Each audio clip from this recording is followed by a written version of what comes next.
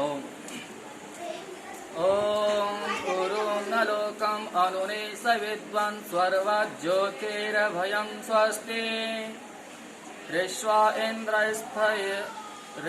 इन्द्रस्थविरस्य बाहो उपस्थयामा शरणागृहन्ता। इस मंत्र में परमपिता परमात्मा की शरण प्राप्त करने की बात कही गई है।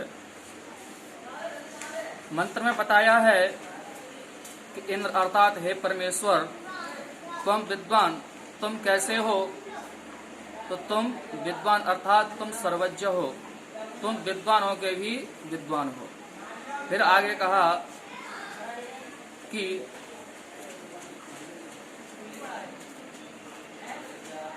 पूर्वम लोकम अनुनेश विद्वान, अर्थात आप महान विस्तृत लोक में हमें ले जाने वाले हो, जहाँ पर आनंद है, ज्योति है, प्रकाश है और जहाँ पर किसी प्रकार का कोई भय नहीं है, अर्थात जहाँ पर कल्याण ही कल्याण है।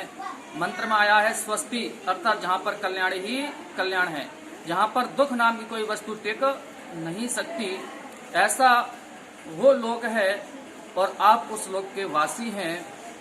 तो यहाँ पर साधक परमेश्वर से प्रार्थना करता है कि हे प्रभु,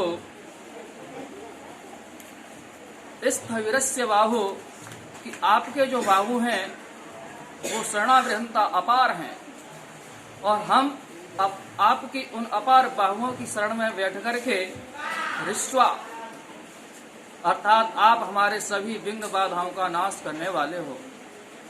उपस्थयामा अर्थात हम आपकी बाहुओं की शरण में बैठ जाएं, जिससे हमारे जीवन के जो भी दुख संताप क्लेश हैं वो सब समाप्त हो जाएं। तो इस वेद मंत्र में उस परमपिता परमात्मा की शरण प्राप्त करने की बात कही गई है। तो अब बात ये आती है कि हम उस परमपिता परमात्मा की शरण प्राप्त कैसे करें।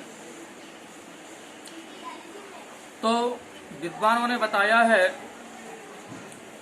कि संसार में प्रायः देखा जाता है कि लोग अपने जीवन के सुख के लिए ही ईश्वर से कुछ ना कुछ मांगते रहते हैं, लेकिन जब भक्त ईश्वर से अपने जीवन के सुख के लिए ना मांग करके केवल ईश्वर से ही ईश्वर को मांगेगा और कहेगा कि हे प्रभु, मुझे सिर्फ तू चाहिए, मुझे दुनिया में और कुछ भी नहीं चाहिए, तभी हम सच्चे भक्त कहलाने के अधिकारी बन सकेंगे। एक भक्त का जीवन और उस जीवन का एक श्वास जब प्रभु के अर्पण होता है, फिर उसका खाना पीना, सोना, उठना, बैठना, जागना, चलना फिरना, यहाँ तक कि व्यापार व्यवसाय, जितना धनोपार्जन, ये सब प्रभु के अर्पण होता है। फिर उसे रोटी रूखी मिले या घिसी चिपड़ी हुई, उसे दुख मिले या सुख, वह किसी भी अवस्था में उसका मन उदास नहीं होता। वह कहता है कि हे प्रभु, मुझे तू जिस रंग में रखेगा उसी रंग में रजा है। एक सच्चा भक्त हैरान अवश्य होता है कि ईश्वर की भक्ति बिनमोल मिलती है, लेकिन फिर भी उसका कोई खरीदार नहीं होता। जिन लोगों का उद्देश्य केवल पेट पूजा तक ही सीमित है, जो लोग कहते हैं कि पहले पेट पूजा फिर काम दूजा, ऐसे लोगों को तुलसीदास जी ने कहा है, राम नाम के आलसी भोजन के होशियार, तुलसी ऐसे नरन को बार बार धिक्कार। ऐसे लोग कभी ईश्वर की भक्ति नहीं कर सकते। जब भक्त अपने विवेक की शक्ति, धैर्य की शक्ति, त्याग और प्रेम की शक्ति को विकसित कर लेता है, तो फिर वह हर चीज का स्वामी बन जाता है। कमजोरी और पाप ये अज्ञानता की उपज है। इस संसार में उस परमपिता परमात्मा के साक्षात का संकल्प कर लीजिए, क्योंकि इस संसार में कोई किसी का नहीं है, ना तो तुम किसी के हो और ना ही तुम्हारा कोई है। यह संसार तो एक पूर्णता की श्रेष्ठतम कला का महाविद्यालय है। ईश्वर का नाम एक आध्यात्मिक नशा लाने वाली दिव्य मुद्रा है, इसका सेवन नित्य करना चाहिए। भक्त को संसार की वस्तुओं पर निर्भर न रह करके केवल अपनी आंतरिक शांति बनाए रखना चाहिए और उसे किसी परिस्थिति में खिन्न नहीं होना चाहिए।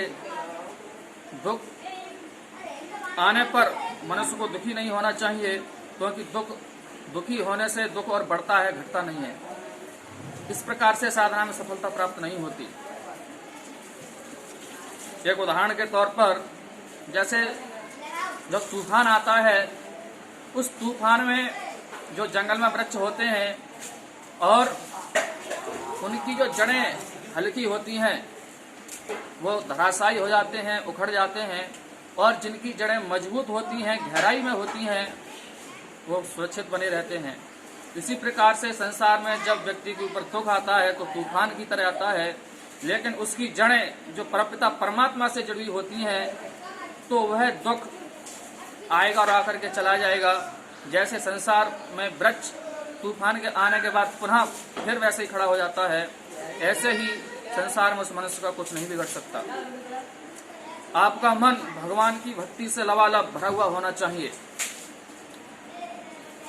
आपकी पुकार में ईश्वर के प्रति पूर्ण निष्ठा होनी चाहिए और